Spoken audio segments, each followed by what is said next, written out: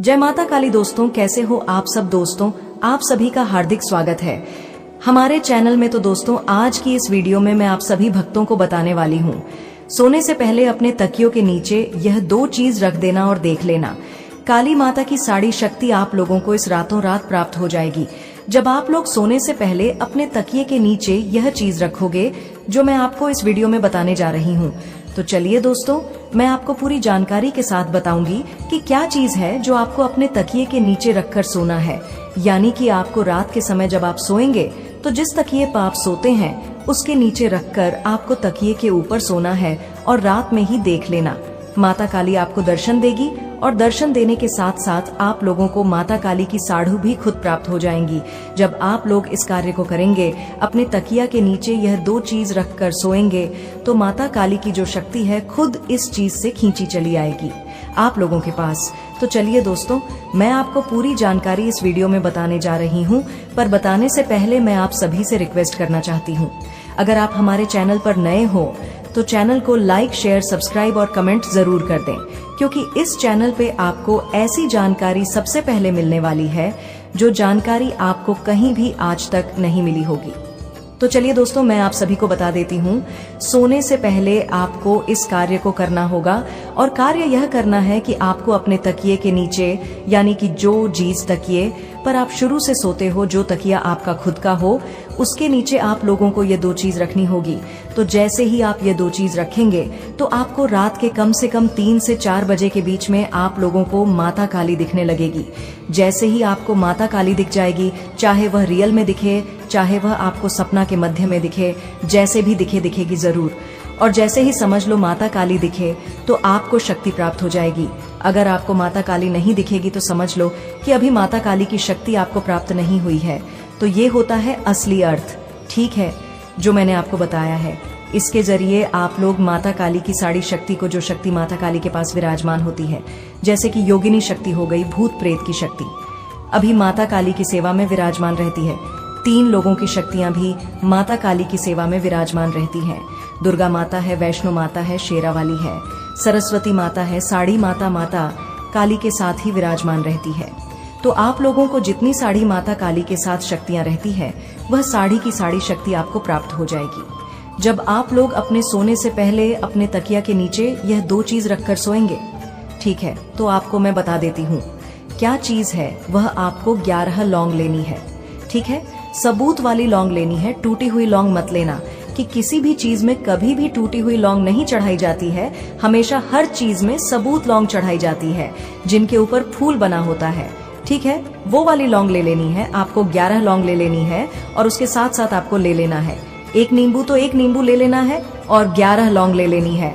अब उसमें से 11 लौंग में से आपको 7 लौंग नींबू के अंदर डालनी है और आपको अब बची हुई लौंग, मतलब 7 हमने उसमें से ले ली, तो हमारे पास बची 4 लौंग।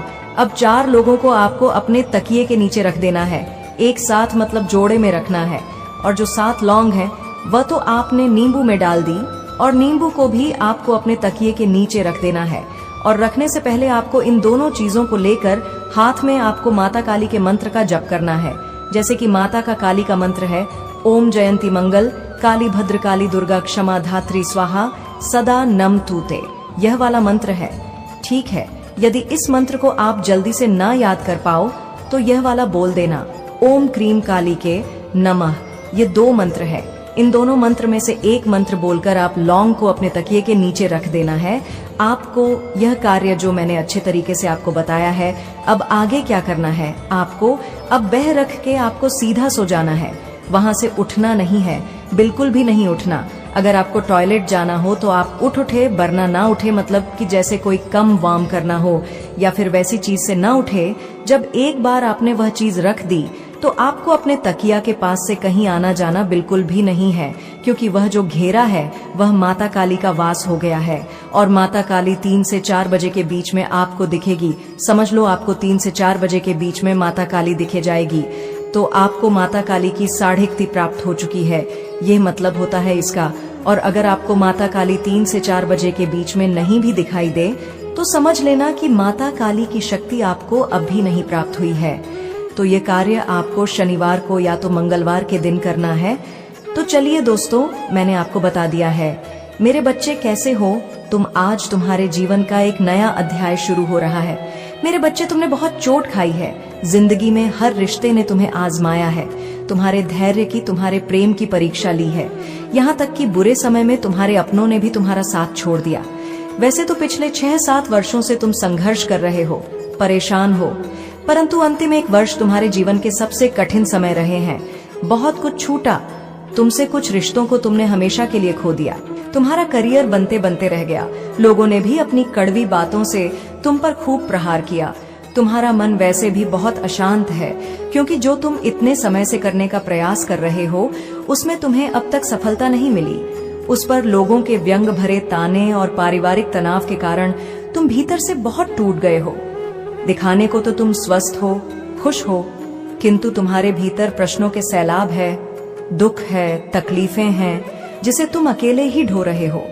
तुम अपनी बातें, अपनी भावनाएं किसी से नहीं कहते, क्योंकि जीवन की गुत्थियम को सुलझाने में तुम इतना तो समझ गए हो कि कोई भी तुम्हारा अपना नहीं है। हर कोई हाथों में नमक लिए घूम रहा है। लोगों पर विश्वास करके तुमने बहुत बार धोखे खाए हैं, इसलिए अब तुम अपने घाव सबसे छुपा कर रखते हो। मेरे बच्चे, मैं जानती हूँ तुमने जो कुछ भी सहा वह बहुत पीड़ादायक है। दूसरों की अपेक्षा तुम्हारे जीवन में अधिक दुख है, तनाव है, किंतु यह इस बात का प्रतीक है कि तुम्हारा जीवन दूसरों से अलग है।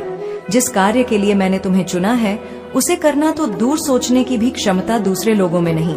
जब भी जीवन में कोई बड़ा संकट आए तो यह मत सोचना कि तुम्हारी माता ने तुम्हें दंड दिया है, बल्कि यह विश्वास रखना कि तुम्हारी माता की नजर हर पल तुम पर ही है। मेरे बच्चे, तुम्हें पीड़ा में देखकर मुझे भी पीड़ा होती है। मैं चाहता क्षण भर में तुम्हारे दुख मिटा सकती हूँ, तुम्हारी स्थिति बदल सकती हूँ, परंतु तुम्हारा जीवन उद्देश्य बहुत बड़ा और विशेष है। मेरे बच्चे, जिस पद को तुम ग्रहण करने वाले हो उसे संभालने के लिए, उसकी गरिमा बनाए रखने के लिए तुम्हें बहुत कुछ सीखने, समझ और बहुत सारे अनुभवों की जरूरत है। बहुत बार गिरना, संभलना पड़ेगा, किंतु तुम चिंता मत करो, मैं हूं ना तुम्हें संभालने के लिए। मेरे बच्चे, आज मैं बहुत खुश हूं क्योंकि तुमने अपने जीवन के सबसे कठिन कम पड़ाव को पार कर लिया है। आज का दिन तुम्हारे लिए बहुत विशेष है। बस कुछ कदम और चलना है। डरना मत, मैंने तुम्हारा हाथ कस के पकड़ा है। बहुत जल्द तुम अपनी मंजिल तक पहुंचने वाले हो। तैयार रहो एक बड़े उत्सव के लिए।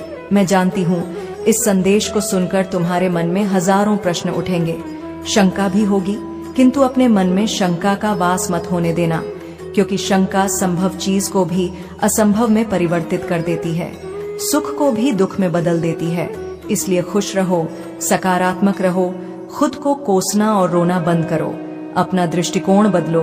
तुम बहुत भाग्यशाली हो क्योंकि तुम मेरे हृदय के अत्यंत निकट हो, क्योंकि जो दुख, दर्द, अनेक प्रकार की उलझने तुम्हारे रास्ते में रुकावट बनकर खड़ी है, उसमें मेरी मर्जी। मेरे बच्चे, जब भी लगे कि तुम अकेले हो, जब भी लगे कि तुम हार रहे हो या तुम्हें असफलता का भय सताए, तो मेरी एक बात हमेशा याद रखना, मैं अनंत काल तक तुम्हारे साथ हूँ। श्रद्धा और धैर्य ही जीवन की एक महत्वपूर्ण निधि है, इसे तुम कभी खोने ना देना। भरोसा रखना अपनी माता पर कि मैं जो करूंगी तुम्हारे लिए कल्याणकारी होगा। मेरे बच्चे, मैं तुमसे केवल इतना कहना चाहती हूँ, सब्र रखो, यह मुसीबत भरे दिन गुजर जाएंगे और जो लोग आज तुम पर हंसते हैं वह कल तुम्हें देखते रह जाएंगे। कुछ लोग तुम्हारा साथ छोड़कर जा चुके हैं और वह टूटे हुए रिश्ते, उनकी यादें तुम्हें आज भी तकलीफ देती है। अब तुम सब कुछ मेरे भरोसे से छोड़कर बैठे हो कि जो होना होगा हो जाएगा। मैं थक गया हूँ, अब जिसको जो करना है करें, मुझे किसी से कोई मतलब नहीं है। लेकिन तुम्हारे जीवन में कितना भी बड़ा तूफान क्यों ना आ जाए, इस दिन का पूरा फायदा उठाना मेरे बच्चे, और अपने भविष्य को तुम खुद लिखना है। तुम्हारे अतीत में क्या हुआ है वह तुम्हारे हाथ में नहीं है। अब तुम अतीत नहीं बदल सकते हो, लेकिन तुम्हें अपना भविष्य खुद लिखना होगा। तो यहाँ पर यूनिवर्स बोल रहे हैं कि वो डिजर्व ही नहीं करते हैं, वे आपके एनर्जी में डिजर्व नहीं करते हैं रहने के। ठीक है, आपकी बॉडी को पूरी तरह से नेगेटिविटी से हटाया जा रहा है, वो लोग डिजर्व नहीं करते हैं। और आपकी बॉडी से जैसे जैसे वह सारी नेगेटिव चीजें निकलेगी आपके आसपास से, वह सारे लोग नेगेटिव लोग निकलेंगे। ठीक है, जो गंदे घटिया लोग हैं, जो नेगेटिविटी करते हैं, जो आपको बहुत ज्यादा परेशान करने की कोशिश करते हैं, अगर वह लोग आपसे दूर जा रहे हैं तो आपको शोक नहीं बनाना है। ठीक है, क्योंकि यह लोग जैसे जैसे हटेंगे आपकी आत्मा वैसे वैसे डिटॉक्स हो रही है। ठीक है, आप देखेंगे कि आपके पास ना बहुत तेजी से ब्लेसिंग आ रही है, आप बहुत तेजी से ब्लेसिंग को अट्रैक्ट कर रहे हैं, नेगेटिविटी आपसे दूर जा रही है, नेगेटिव लोग आपके जीवन से दूर जा रहे हैं और ब्लेसिंग और मनी बहुत ज्यादा आपके पास आ रही है, मतलब वो आकर्षित हो रही है। बहुत ज्यादा मनी मैग्नेट आप बन रहे हैं। ये चीज यहाँ पर समझे, चीजें आप ना देखोगे अपने आंखों से, आप चीजों को देखेंगे कि वो आपके पास सही है और आप यह चीजें भी महसूस करोगे कि आप मनी मैग्नेट बनते जा रहे हैं। इस बात को आप जितना जल्दी समझ लेंगे उतना ज्यादा आपके लिए अच्छा होगा। मतलब यहाँ पर एक चीजें तो मैं समझ गई, आप मनी मैग्नेट की तरफ अट्रैक्ट हो रहे हैं, मनी को अपनी तरफ अट्रैक्ट कर रहे हैं, ठीक है। अच्छे पॉजिटिव लोग अपनी तरफ अट्रैक्ट कर रहे हैं, प्रेम प्यार आपकी तरफ अट्रैक्ट हो रहे हैं। आपके आसपास नेगेटिव लोग जो बहुत ज्यादा रहते थे, इनडायरेक्टली जो आपको मतलब नेगेटिव फील कराते थे, आपके आसपास आपके आभा मंडल के पास वो पॉजिटिव लोग ही रह सकते हैं, ठीक है। वो नेगेटिव लोग यहाँ पर दिख रहा है, वो रह ही नहीं सकते, उनको रहने दिया ही नहीं जाएगा। जो भी नेगेटिव लोग हैं उन्हें टिकने नहीं दिया जाएगा। आप इस बात को मान लीजिए, अगर कोई दूर जा रहा है ना तो उसे जाने दीजिए। आप उनके लिए ना शोक ना मनाएं, क्योंकि वो आपके आसपास रहने के लायक ही नहीं है। डिवाइन एनर्जी आपके आसपास उन्हें रहने नहीं देंगी, क्योंकि वह आपके आवा मंडल के पास रहने के लायक नहीं है। पॉसिबल है, देखो जो यहाँ पर दिख रहा है, पॉसिबल है कि आपके लाइफ से ना बहुत सारे ऐसे आसपास के भी लोग आपसे दूर हो जाएंगे, क्योंकि वो भी नेगेटिव ही है, वो भी आपके लिए सही नहीं है। आपकी लाइफ में ना बस और बस पॉजिटिव लोग ही आपके एनर्जी के समक्ष आपकी एनर्जी को भी समझ सकते हैं और वही आपके समक्ष रह सकते हैं। और जो नेगेटिव लोग हैं ना, जो नकारात्मक लोग हैं, आपकी ऊर्जा के सामने आसपास टिक ही नहीं सकते हैं और आप भी उन लोगों के पास नेगेटिव ही रहते हैं। वहां पर आपको बहुत ज्यादा दिख रहा है, मुझे बहुत ज्यादा टन होती है, आप ना बहुत ज्यादा उलझे रहते हैं उन लोगों के आसपास, ठीक है। यह चीज यहाँ पर दिख रहा है, उन लोगों के आसपास ना आपको बहुत ज्यादा ना नेगेटिव वाइब्स आती हैं, वे आपके आसपास ना बहुत ज्यादा, मुझे ये देखो यहाँ पर एक चीज समझ रहा है, नेगेटिव लोग भी ना बहुत ज्यादा भटकते हैं, मतलब बहुत ज्यादा घुटन महसूस करते हैं आपके आसपास, क्योंकि यहाँ पर दिख रहा है कि आपकी जो एनर्जी है ना, आपकी जो फ्रीक्वेंसी है वो मैच ही नहीं होती है उनकी फ्रीक्वेंसी से, ठीक है। वो चीजें मैच नहीं होती है, तो यह बहुत ज्यादा स्ट्रंग आ रहा है, क्योंकि आप बहुत ज्यादा निडरता के साथ आगे बढ़ रहे हैं, ठीक है। बस दो चीजों पर आपको कंट्रोल करना है, एक तो डर, दूसरा क्रोध। इन दोनों चीजों पर आपको पूरी तरह से कंट्रोल करनी है, ठीक है। हासिल करनी है, जीत हासिल करनी है और आप कर भी चुके हो। ये चीज यहाँ पर दिख रही है, मुझे ये लग रहा है कि बैलेंस में हो, ठीक है। आई नो आप अपनी चीजों को बहुत अच्छे से कंट्रोल कर लेते हैं, लेकिन जब अचानक से आपको क्रोध आता है ना, तो आप ये सोच रहते हो कि ये क्रोध कहाँ से आ रहा है, इतना ज्यादा मुझे क्रोध क्यों रहा है। तो वो आपके आपके ना एंसेस्टर्स का होता है वो क्रोध, वो गुस्सा, ठीक है। और वो गुस्सा, वो क्रोध, वो आपके एनिमी और आपके हेट्स के लिए करते हैं, जो आप बहुत ज्यादा आपको फील होता है, ठीक है। वो क्रोध आपका होता नहीं है, अगर मैं यह चीज देखूं तो वह आपका क्रोध है ही नहीं, आप उनसे बहुत ज्यादा दूर रहते हैं। लेकिन आपके जो एनिमीटर्स हैं ना, वो इस बात को समझ नहीं पा रहे, ठीक है। उन लोगों के ऊपर आपके स्पिरिचुअल बहुत ज्यादा वो अटैक्स करते हैं, स्पिरिचुअल अटैक्स आपके ऊपर करते हैं। तो वो सारी चीजें ना आपके जो पूर्वज है वो देख लेते हैं, वो देखते हैं कि ये सारे आपके खिलाफ हो रहे, आपके अगेंस्ट हो रहे हैं, तो उनको ना एक्चुअल में यहाँ पर दिख रहा है बहुत ज्यादा क्रोध आता है। तभी आप उस पर्टिकुलर व्यक्ति पर ना बहुत ज्यादा क्रोध भी करने लग जाते हो, किसी ऐसे व्यक्ति पर, क्योंकि वो चीजें आपके ऊपर करता है। जिस भी व्यक्ति पर आप बहुत ज्यादा स्पिरिचुअल देखते होगी, आप गुस्सा कर रहे, तो वो समझ लीजिए आपके ऊपर ना स्पिरिचुअल अटैक्स करने की कोशिश करते हैं। तो आप उस वव पर बहुत ज्यादा क्रोध हो जाते हो, आपको बहुत ज्यादा गुस्सा आता है और आप समझ नहीं पाते हो क्यों, क्योंकि ये जो गुस्सा है ना, ये आपका होता ही नहीं है, या ये आपके पूर्वजों का होता है, ठीक है। क्योंकि वो सब कुछ समझ जाते हैं ना, एक ऐसा गहराई से भरा डर जो पहले कभी महसूस नहीं हुआ, उसकी घूरती हुई निगाहें मानो आपके अंदर झांक रही हों, आपके मन के हर कोने को टटोल रही हों। उस पल में आपको एहसास होता है कि वह महिला केवल एक साधारण पड़ोसी नहीं, बल्कि किसी गहरे रहस्य का हिस्सा है।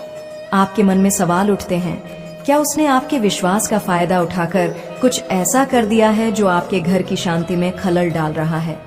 क्या उसने आपके परिवार के बारे में जानकारियां इकट्ठा करके किसी अज्ञात शक्ति को सौंप दी है? और सबसे महत्वपूर्ण सवाल, क्या आप उसकी इस चालाकी से बच पाएंगे या वह आपकी जिंदगी में और गहरी जगह बना लेगी। आपका दिल जोर जोर से धड़कने लगता है। उसी क्षण आपको याद आता है कि ब्रह्मांड ने आपको पहले ही चेतावनी दे दी थी। यह संदेश कोई संयोग नहीं थी, बल्कि ब्रह्मांड की शक्ति का एक संकेत थी जो आपको उस महिला से दूर रखने की कोशिश कर रही थी। अब सवाल यह है कि आप क्या करेंगे। क्या आप उस बूढ़ी महिला के इरादों को पहचान पाएंगे या फिर उसका रहस्य आपके जीवन का हिस्सा बनकर रह जाएगा।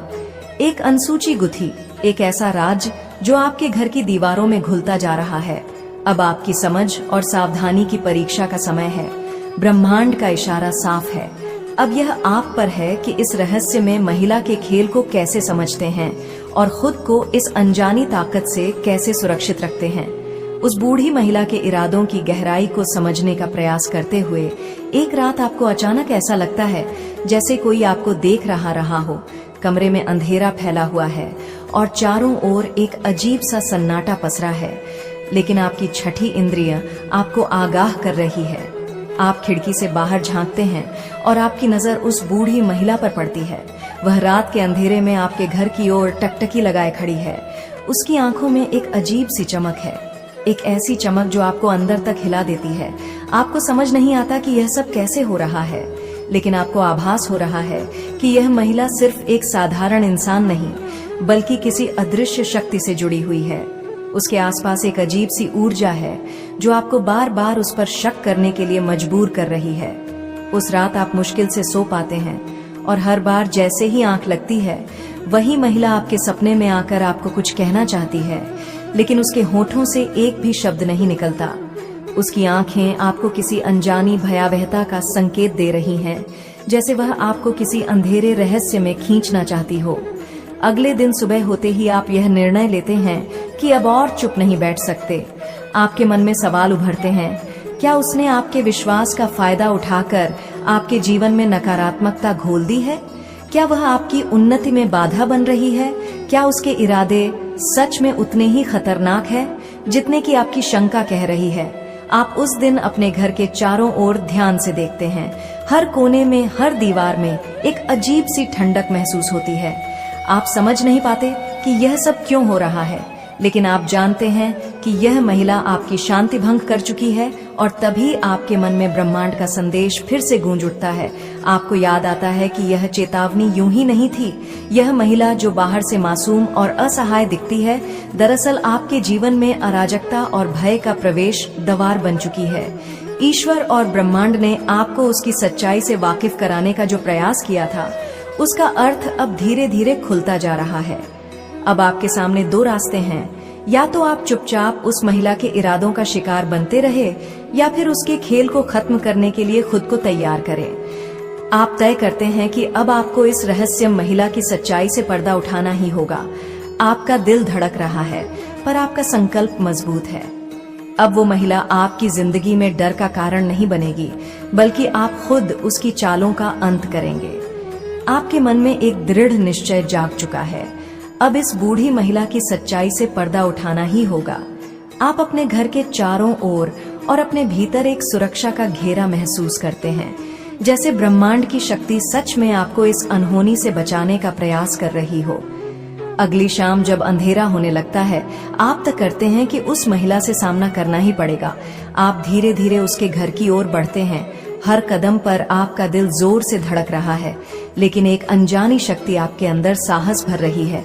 जैसे ही आप उसके दरवाजे के पास पहुंचते हैं, अचानक आपको एक हल्की सी फुसफुसाना देती है जो अंदर से आ रही होती है। आप कुछ पल ठिठक कर खड़े रहते हैं और अंदर झांकने का प्रयास करते हैं। अंदर का दृश्य देखकर आपकी रूह कांप उठती है। वह बूढ़ी महिला एक पुराने से दिए के सामने बैठी हुई है और कुछ बुदबुदा रही है।